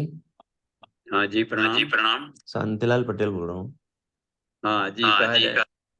बाबू जी, कल लास्ट में बताया गया था कि अभी इसके बाद 1 by 1 क्लास चलेगी, हाँ उसमें और अच्छा प्रैक्टिकल समझ में आता है, तो वो नए साधकों के लिए उसमें आ सकते हैं कि नहीं आ सकते? देखिए, एक बार कम से कम कोशिश करें कि यहाँ पर एक नवरात्रि सत्र कर लें, फिर अभी इस नया। नवरात्र में आया था मैं बाबू जी, वही था। हाँ तो वो उसको नया नहीं माना जाएगा, फिर उसको पुराना माना जाएगा। जी। एक बार भी यहाँ सत्र कर लिए तो अब जी। उन्हें नहीं रह जाता। बस अब वो उनको एक बेस बन गया है, प्लेटफॉर्म बन गया है, अब वो उड़ान भर सकते हैं। जी। तो ओ तो पूछ अनुमति लेकर के पूछ लेंगे कि अभी इस सत्र में, चूंकि लिमिटेड लोगों के लिए होता है, उसमें भीड़ भाड़ नहीं चाहिए। 5 तक रहेंगे तो नहीं आए। जी। तो हमें पता हाँ, कब कैसे चलेगा कि वो उसमें हम जा सकते हैं? हाँ, बातचीत से पता चलेगा। जी। किसी भी ठीक। महीने में, नौकरी में हो, गृहस्थी में हो, जब देखिए कि खाली समय मिल रहा है अमुक अमुक महीने में, तो एक ऑप्शन रखिए, उसमें से कहीं न कहीं पर हो जाएगी व्यवस्था। जी, जी बाबू। हाँ, ठीक है, धन्यवाद। देखिए, कोई प्रश्न है तो पूछें। देखिए, प्रैक्टिकल हमेशा एक्सपर्ट के सामने करनी चाहिए, नहीं तो उसमें अधिक लाभ मिलेगा। नहीं तो हो सकता है कि उल्टा पुल्टा कुछ कर रहे हो और बाद में परेशानी आई, तब जाके शिक्षक से मिले तो वो फिर क्यूरेटिव कराएगा, उसमें दिक्कत आएगी। तो ये प्रैक्टिकल से जो खास करके है कुंडलिनी के या पंचकोशों का, तो उसमें एक बार कॉन्सेप्ट क्लियर हो जाएगा तो घर पर भी करते रहेंगे तो नो प्रॉब्लम। जी। तो लगता है कि हाँ, चलिए। एंड्रे प्रणाम पिताजी। जी, आशा प्रणाम। हो गई। पिताजी, पंचकोश जागरण में चेतना के 5 प्राण, तो उससे हम कैसे समझे चेतना के 5 प्राण को? 5 प्राण है ना उसमें। 5 जो प्राण कहेंगे चेतना के, तो 5 महाप्राण, 5 लघु प्राण, ये तो प्राणमय कोश में बता दिया है। वो तो 10 हो गया ना। हाँ, तो केवल महा को गिना जाता है। अब राजा को खाली गिना जाएगा, मंत्री तो साथे जाएगा ही जाएगा। अब कहीं पर जाते हैं तो उनका सेक्रेटरी भी जाते हैं, उनका अलग से ना गिनेंगे। अब दूल्हा गया तो सहबाला को ना गिनेंगे, वो चिपकले रहेगा वो साथ में। तो केवल 5 गिन लीजिए, ठीक है। और नहीं जी। तो प्राणाग्नि, जीवाग्नि, योगाग्नि, आत्माग्नि, ब्रह्माग्नि, ऐसा आप समझ लें। ये सब प्राण है, प्राण ही के नाम है। या अन्नमय कोश को भी प्राण ही कहेंगे। 5 प्राण, तो अन्नमय पास, अन्न में भी प्राण है, प्राण भी प्राण है, मन भी प्राण है, विज्ञान भी प्राण है, आनंद भी प्राण है, सब प्राण ही प्राण है। बस 5 भाग में बांट के बता देना है, 5 भाग में समझ लेना है बस। जी। जी प्रणाम पिताजी। जी, प्रणाम। जी बाबूजी, इसमें प्रश्न है पूर्व जी का। हाँ। बाबूजी प्रणाम। महातत्व से क्या अभिप्राय है? यह अनाहत चक्र से किस तरह संबंधित हम्म किन का गया है? अपू है? अपूर्व जी जी का का। है। हाँ बाबू जी प्रणाम। महातत्व से। से क्या संबंध है इसका? हाँ, अनाहत चक्र से क्या संबंध? महातत्व से क्या अभिप्राय है? हाँ जी, अमन जी, यहाँ पर महत तत्व है, वो जी महातत्व जी। नहीं। हाँ, महा, इसमें होता है ना, भू भुव स्वः, इसके बाद है मह। तब महातत्व होता है अपनी मान्यताओं का, अहंकार है। महंत जी आए हैं, यानी इनके अहंकार का अंत हो गया है, ये अब अहंकार नहीं करते। तो उसमें मह, तो इसी में रहता है। तो शरीर में अब वहां पर ये मतलब है कि अतीतः सर्वभावेभ्यो, सभी तरह के भावनाओं से मैं परे हूं। कैसी भावनाएं? मैं अमुक कुल में, गोत्र में, जाति में, वर्ण में, आश्रम में जन्म लिया हूं, है ना। मैं विद्यार्थी, मैं कुल में हूं, मैं गोरा हूं, काला हूं, कोई भी मान्यता, स्त्री हूं, पुरुष हूं, शरीर, कुछ भी मान्यता जो अन्य बना ली, सारी मान्यताओं की पोटली को सी ऑफ कर दें, विदा, ट्रेन से जाइए। अपने को मानिए कि इसमें से मैं एक भी नहीं, और शुद्ध आत्म तत्व के रूप में अपने को ध्यान करना। यहाँ यानी यानी मान्यताएं अपनी करवट लेती है यहाँ पर, और वह महातत्व हो जाएगा कि अब अपने को माने कि मैं ही महान हूं, आत्मा हूं। तो मह इसमें आएगा। मैं संसार के सभी तरह के, नैनम छिद्यन्ति शस्त्राणि नैनम दहति पावक न जायते मृत्यवा कदाचित, मेरा कभी न जन्म होता है न मृत्यु होता है, मैं अजर हूं, अमर हूं, अद्वितीय हूं, ईश्वर अंश, महान अविनाशी आत्मा। इसी इसी बात को पछाना, ऐसा ही कंसेप्ट बना लेना अपने बारे में। ये अब मान्यता है भावनाओं से परे, बस। अतीतः सर्वभावेभ्यो बालाग्रदपि अहम तनु, बस अत्यंत सूक्ष्माति सूक्ष्म तेज है। इस मान्यता को बनाना वहां पर ये कहलाता है महातत्व। महातत्व का मतलब हो गया कि अपने आप की मान्यता आत्मा के रूप में बना लेना, बस ये विजय पाना। ठीक है जी। उज्जवल जी का लग रहा है हाँ पटना से। हाँ हाँ, उज्जवल जी का प्रश्न है बाबूजी। ये पूछ रहे हैं बाबूजी, प्रखर वक्ता बनने के लिए कौन सी साधना की जाए? हाँ, बहुत सरल है उज्जवल जी। चरित्र चिंतन और व्यवहार को निखारा जाए, फिर तो आदमी अब विद्वान बन जाए। उसकी बिना बिना भाषा के भी बोलेगा तो लोग सुनेंगे। तो वो प्रखर। एक बार गांधी जी को प्रवचन नहीं आता था बोलते, तो सब लोग बड़े बड़े वक्ता बोलकर चले गए। कहा कि अब गांधी बोले, तो कि क्या बोलेंगे, तो कुछ कभी सुना नहीं है भाषण वाषण देते। तो आधा भीड़ कुछ उठ करके जाने लगे थे, लेकिन जब बोले दो एक शब्द ही तो लोग रुक गए। इसकी आवाज में तो एक जादू लग रहा है, ये कौन सा है? तो साधक के कैरेक्टर बोलता है उसमें प्रखरता। तो जितना ही अपने इंद्रियों पर संयम होगा, समय पर संयम होगा, उसमें अपने समय को मैनेजमेंट, इंद्रियों पर विचारों का संयम होगा। और प्रखर वक्ता बनने के लिए भाषण संभाषण की एक कला होती है, उसको भी सीखना होता है। किसी दिन क्लास में हम अलग से लेंगे इस पर, भाषण संभाषण की कला। तो हमें साधक को अधिक से अधिक स्वाध्यायशील होना पड़ता है। जिस विषय पर बोलने जा रहे हैं उसकी सांगोपांग जानकारी, हल्की छुआ छुआवल नहीं, गहरी स्वाध्याय होना चाहिए उस विषय का। और उस विषय पर अपना पकड़ होना चाहिए प्रैक्टिकल करके। तो तब वो किताब की बात नहीं कहलाएगी, अब आपकी बात कहलाएगी कि आप बोल रहे हैं। नहीं, किताब में हमने सुना, हाँ सुने होंगे, लेकिन अब हमारी बात है वो रही होगी कभी ऋषियों की बात। तो ये होता है प्रैक्टिकल करेंगे तो अनुभव सिद्ध बात बोलेंगे तो प्रखर, तब प्रखरता कहलाएगा। ऐसे खाली बकबक कर रहा है तो वक्ता कहलाएगा, बौकाता ऐसे। लेकिन जब प्रवक्ता कहलाएंगे, जबकि ईश्वरीय संदेश को पचा लिया है, अब ये साधक बोल रहा है, तो प्रखरता तब कहलाएगी। प्रखरता माने प्राण शक्ति से भरा हुआ बोलेगा। तो स्वाध्यायशील होना पड़ता है और उपनिषदों का ध्यान रखिए, प्रैक्टिकल उसमें करना होता है। तो हर स्वाध्याय और रात दिन स्वाध्याय करते करते एकदम सांगोपांग मैक्सिमम।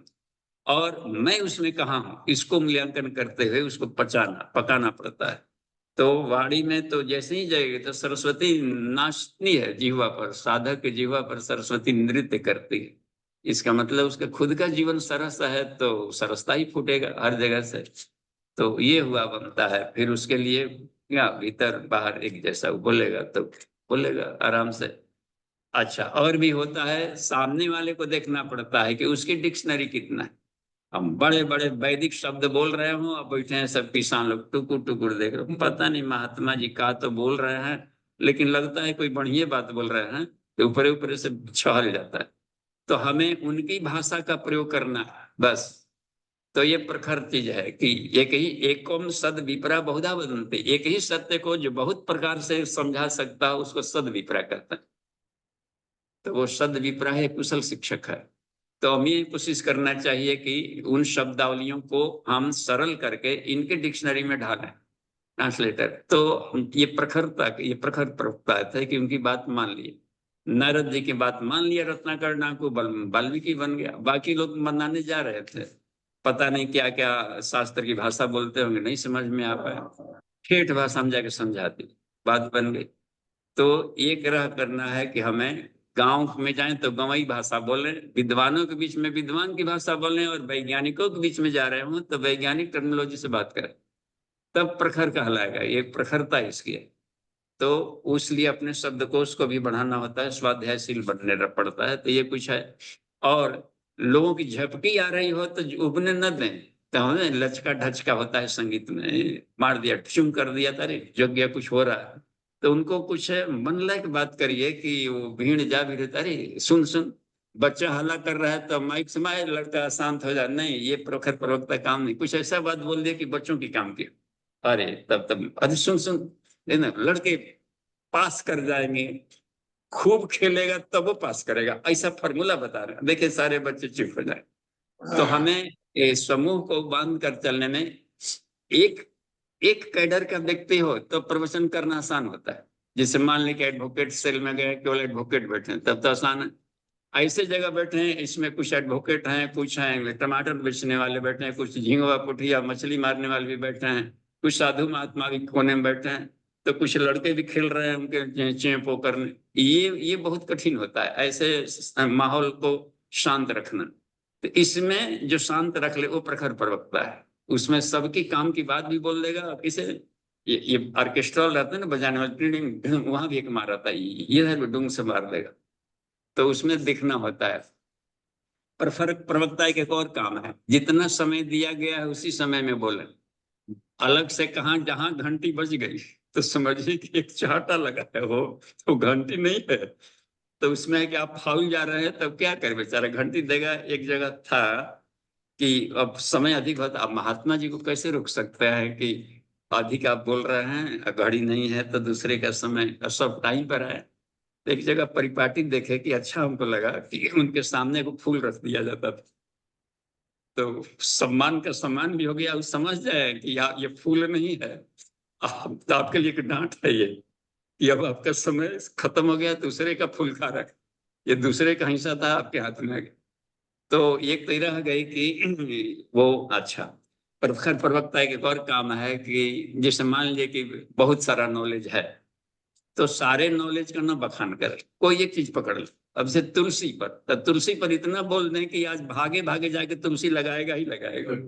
अबे ना कि 2 लाइन तुलसी पर, 2 लाइन अदरक पर, 2 लाइन लहसुन प्याज पर, 2 लाइन आंवला पर बोल दिए तो कुछ भी पकड़ में ना आए। तो ये गुरुदेव हम लोग क्लासेज लेते थे, वो प्रवक्ता बनाने की अपनी शैली, तो इन सारी चीजों को बारीकी से समझाते थे कैसे क्या, और चेहरे पर हल्की मुस्कुराहट बनी रहे। अब वहां पर लेंगे खुदे महात्मा जी कैसे तो किए हुए पोर जैसा, तो आधी पब्लिक ऐसे ही बोर हो जाए। संगीत गाने वाले जो गायक होते हैं खुद नहीं झूमेगा तो सामने वाले कैसे झूम पाए। तो अपने को हमेशा, तो बहुत उसके अलग क्लासेज हम लेंगे कभी, और यहाँ पर और छोटी छोटी चीजों पर उसमें ध्यान देना होता है। जी धन्यवाद। आगे देखिए तो अमन जी। तुम्हारा नाम क्या है जी? अभी त्यागी जी का, सुशील त्यागी जी का हैंड रेज है जी। हाँ, स्क्रीन और का खुला है, देखिए तो आवाज आ रही है। बाकी जगह बंद कर दीजिए तब ठीक है जी।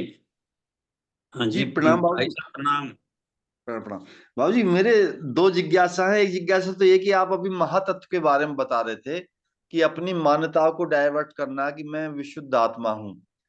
तो मेरा एक जिज्ञासा ये है कि ये जो हमारी भारतीय सनातन परंपरा में एक आदिगुरु शंकराचार्य परंपरा में जो शंकराचार्य बनते हैं, तो वहां तो वो केवल ब्राह्मण को ही बनाते हैं और वो कहते हैं कि वो पूर्णता की स्थिति तक जाएंगे। हम गुरु परंपरा से है, आदि गुरु संघ, वो शिव भगवान गुरु थे पहले, फिर माता पार्वती माता जी, उसी से हमारी परंपरा चली आ रही है। पहली तो मेरी जिज्ञासा ये है। हम्म तो ये कंट्रोवर्सी आ गई फिर तो। तो ठीक है, आत्मा हूं तब गुरु परंपरा से आ गए हैं, तो अब रह गया कि हम लोग शिव को किस रूप में मानते हैं, और शंकराचार्य शिव जी को किस रूप में मानते थे। केवल शिव शब्द कह देने से हम न घबरा जाए। अब अथर्व शिरोपनिषद है, रुद्रोपनिषद है, या शिव संकल्पोपनिषद है, तो उसमें शिव तत्व को परब्रह्म के रूप में लिया है, तो निराकार ब्रह्म के रूप में लिया है। नहीं तो आप रहते तब शंकराचार्य को एक बार जगह तलवार से भी मारा जाता था, तो तलवार आर पार गुजर जाता था उसमें। इसका मतलब होता है कि वो निराकार ब्रह्म को शिव के रूप में देखा। तो नाम शब्द से हम लोग ना घबराए, वो उनकी मान्यता शिव को किस रूप में थी बस। राम को ब्रह्म के रूप में मान लिया था कबीरदास ने, तो उनको कोई खास आकृति के रूप में नहीं लिया। तो हर एक नाम के भीतर में परब्रह्म को यदि वो देख रहा है तो कहा जाएगा कि एक ही आत्म तत्व को देख रहा है जी। तो वो तो गलत है ना फिर कि वो केवल ब्राह्मण ही शंकराचार्य बनता। आज भी ये परंपरा चली आ रही है। ये हाँ, महर्षि अब हाँ, ये इस मायने में गलत है इस किताब के आधार पर कि ब्राह्मण शब्द को हम किस रूप में लेते हैं। जैसे पूज्य गुरुदेव को जब दीक्षा देने लगे इन्होंने, तो वो क्या कहा कि मालवीय जी ने कि यह ब्राह्मणों की कामधेनु है। तो कहा कि तो ये तब तो हम एकदम नहीं लेंगे, गुरुदेव का हम दीक्षा नहीं लेंगे, क्योंकि तो ब्राह्मणों की केवल कामधेनु बता रहा है। तो फिर कहा कि मैंने ब्राह्मणों की कामधेनु यानी चरित्र चिंतन और व्यवहार के जो प्रखर व्यक्ति हैं वो उसे कामधेनु की तरह लाभ ले रहे हैं। तो ऐसे कहिए ना, फिर ब्राह्मण कह देंगे, जात पात का नाम लेंगे तो फिर ब्राह्मण बनिए आप, समाज सबका आपने भेदभाव पैदा करने वाला, ऐसा हमको कोई विद्या नहीं चाहिए। तो यह भी रह गई। तो गुरुदेव ने किताब निकल आता कि गायत्री ब्राह्मणों की कामधेनु है। तो फिर समाज में अपने कोहरा मचने लगा कि सब जात पात फैलाने लगे। तो गुरुदेव ने उस किताब का हेडिंग बदल दिया, गायत्री ही कामधेनु है, बस ब्राह्मण शब्द को हटाया। तो इन दिनों समाज में प्रचलन में आ गया है कि ब्राह्मण शब्द कह देने पर जात पात के बोधक लोग मान लेते हैं। अब जिसे बृहदारण्यक उपनिषद पढ़ रहेंगे तो उसमें दिया है 6वां अध्याय 4था ब्राह्मण, 5वां ब्राह्मण।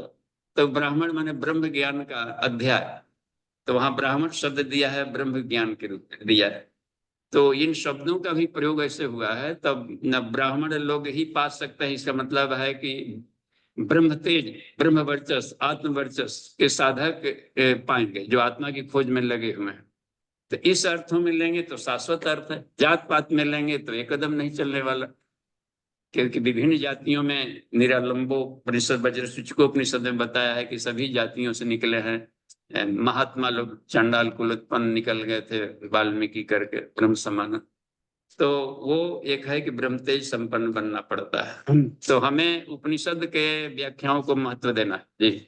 और गायत्री महाविज्ञान में गुरुदेव ने जो लिखा है ये तो सही ब्राह्मणत्व के को लिखे हैं। ठीक है। ठीक है जी। बाबूजी हाँ, एक क्वेश्चन ये था कि ये जो आप साधना अभी करवाई थी आपने, ये साधना किस पुस्तक में उल्लेख है गुरुदेव की में? ये है योग कुंडली उपनिषद, योग चूड़ामणि उपनिषद, योगराज उपनिषद। इन्हीं तीनों का प्रैक्टिस हम हिमालय में करवाए थे काफी सघन, और अच्छा उसी को अब बनाए रखना है। जी बाबूजी, ठीक है जी बाबूजी, प्रणाम बाबूजी। जी धन्यवाद। अमन जी देखिए। जी भूपेंद्र भाई साहब का अभी हैंड रेस था। हाँ तो पूछ ही लीजिए, जी 1 मिनट। भूपेंद्र जी। जी गुरु जी प्रणाम। हाँ जी प्रणाम। गुरु जी मैं पूछ रहा था, जो जब हम शक्ति चालने की क्रिया करते हैं तो जो विजुअलाइजेशन करना होता है कि हम जैसे कहते हैं कि हम ब्रह्मांड से जो प्राण को खींचते हैं और अंदर भी हमारे प्राण ही है, तो ये दो प्रकार के प्राण को कैसे आपस में मिलाना होता है? हाँ, एक प्राण को व्यष्टि प्राण कहेंगे और उसको समष्टि प्राण कहेंगे। यानी हमारी जीव सत्ता का हमने अपनी जो मान्यता बना लिया था, एक मकान के भीतर में एक बाउंड्री बना लिया था ना अपनी मान्यताओं का, तो इसको व्यष्टि कह दिया जाता है। और बाहर जो समष्टि ईश्वर सारी सृष्टि को भी चला रहा है। एक जीव सत्ता हो गई, एक परमात्मा सत्ता हो गई। तो अपने शरीर के इसको कह दिया जाता है, अपनी बात मान कि आज ये खाएंगे वो खाएंगे। अब देखिए ईश्वर सब कुछ खाते चल रहा है, तो हमने अपने ढंग का एक अलग ही एक हेकड़ी बना करके जो भीतर बांध रखे थे, एक तो प्राण को अपने ढंग का एक बना लिए थे। तो इसको कह दिया जाता है व्यष्टि प्राण और समष्टि प्राण। इस पोटली को खोल देना, दोनों को एक मिला देना, बस यह बात बनती है कि जो वो है वही मैं भी, जो मैं हूँ अब भेद दृष्टि नहीं। तो इसी को मिलाने के लिए कहा जाता है कि अद्वैत। तो द्वैत वाले भाव को अद्वैत में बनाने की प्रक्रिया थी। ठीक है, अभी शांति पाठ कर लिया जाए। कोई प्रश्न भी नहीं है अमन जी? जी बाबूजी प्रश्न नहीं है, एक और हैंड रेज है। तो इनका किनका हैंड है? सृष्टि सिन्हा जी का है ये। हाँ तो बाद में इनका लेंगे, अभी समय हो गया ठीक है, शांति पाठ कर ठीक ले। जी। ओम